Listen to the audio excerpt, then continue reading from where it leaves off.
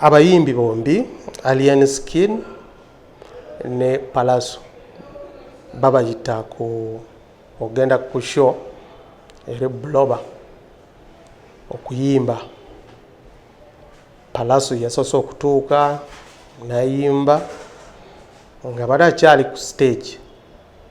Alien Skin ne group ye ne batuka naye ndowooza Pallaso yateegera nti Alien Skin atuuse, nakyusa natandika okuyimba mu freestyle. Mu kuyimba okwo nga waliwo ebigambo abadde ayimba, ng'ebigambo bino bisoosomeza mwami Alien Skin. Kati ebigambo ebyo abavubuka ba Alien Skin bali tebali basanyufu, babadde bebanyizamuko katono ne bavaayo ne bagenda mu stage okuyimirira mu stage. Ne balumba Pallaso ku stage. Okumulumba ku stage nalekerawo okuyimba. Ekyo kyanyiziza Pallaso. Ekiro ekyo saawa nga 9 nalumba ewaka wa Alien Skin Makindye. Waliwo abavubuka beesanze n'abavubuka be ne babakubagana ne balwanagana, ate ne bakeera ku makya ne bakoomawo ne bayingira ne banona ebintu nga mmotoka ne madirisa ag'ennyumba. Naye nga badde bakyali awo ne batutegeezeza, naffe ne tusitukirawo mu bwangu ddala. Ndowooza ne bategeera nti poliisi buuyo bajja ne badduka. Ne badduka naye ne tuwa Alien Skin amagezi ajja agulawo omusango eya malicious damage ne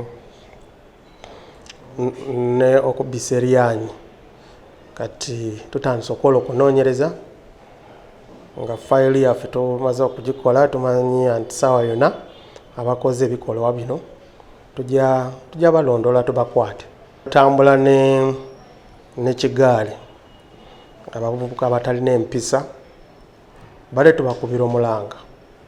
Abavubuka abo bali mu okubanonera erinnya lyamwe, kubanga abantu balowooza nti bano abavubuka nga bamaze okukola ebikolwa bino ey'okubba abantu n'okuba abantu babaleetera ssiimu ne ssente gye babba.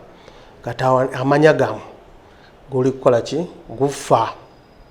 Kati bade tubasaba mulabe nti mubagoba, sigala ne 2 oba 3 abalina empisa nga security, naye si okutambula ne abasuka mu 10.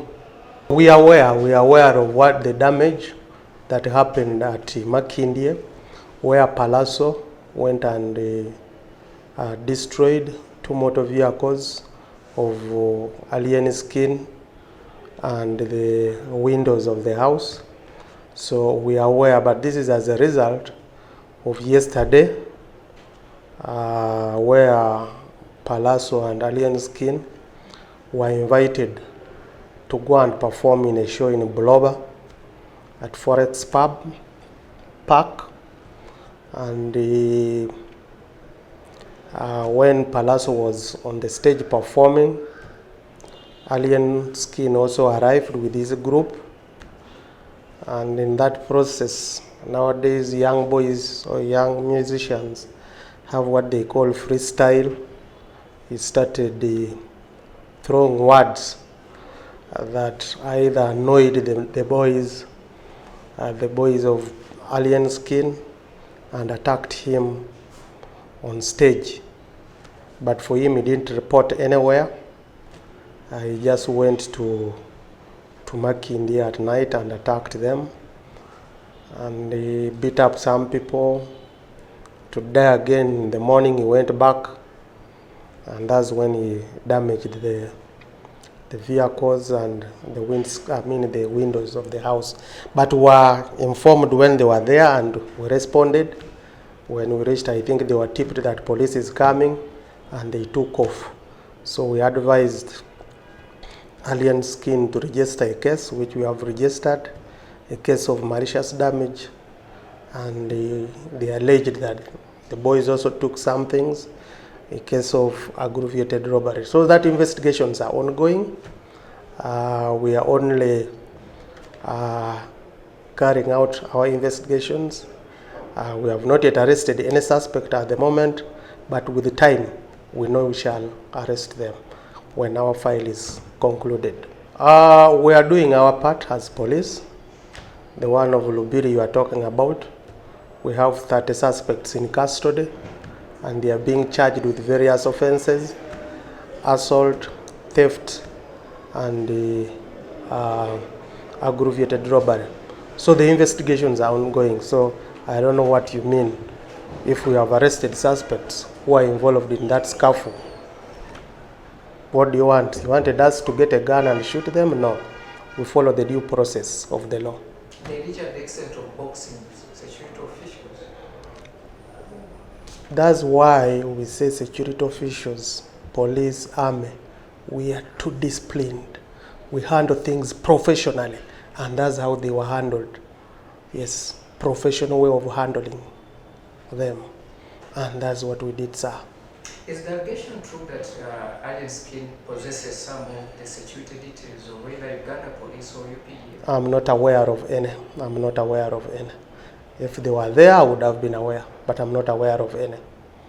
On a long-term basis, how do you intend to move out to enforce discipline among musicians? It is a wider approach. All the stakeholders have to be involved. The promoters, the artists themselves. We need to have a round table discussion with some of the musicians, and we need to talk to them. They need to be aware of what the law says. Some of them are not aware. They think because they have the energy, they are still energetic, young, they can use force to do anything, and yet the law is there.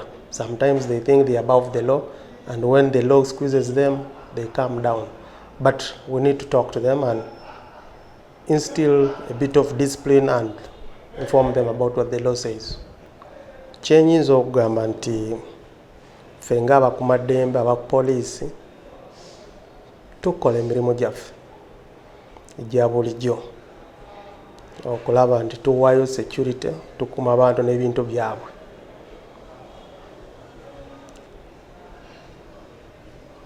Bino bibaddewo jjo ne leero omuyimba omu yalumbye mune na nayasayasa endabula wa motoka y'ennyumba, naye ne batutegeezeza.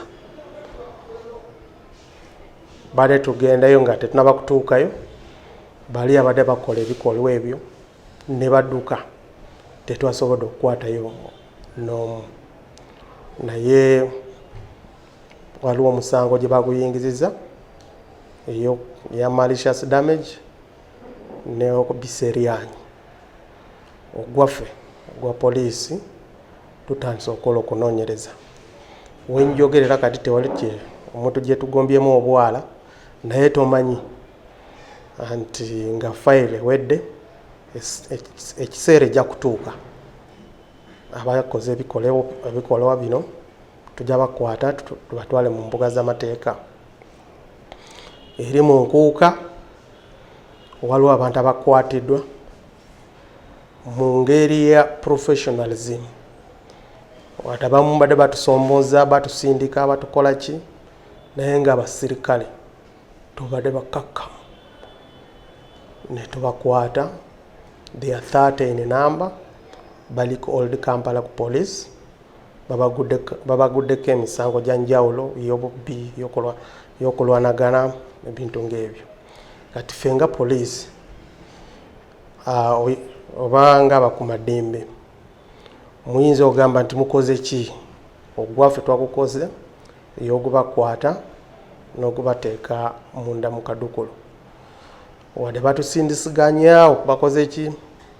Twagala okusiima nnyo n'okwebaza abasirikale baffe abakoze mu lunaku olwo awo mu Nkuuka wale bale babasindika tewali yavuddeyo najjayo mundu anti okukuba amasasi kubanga babadde professional babadde bakakkamu ne bakola omulimu gwabwe.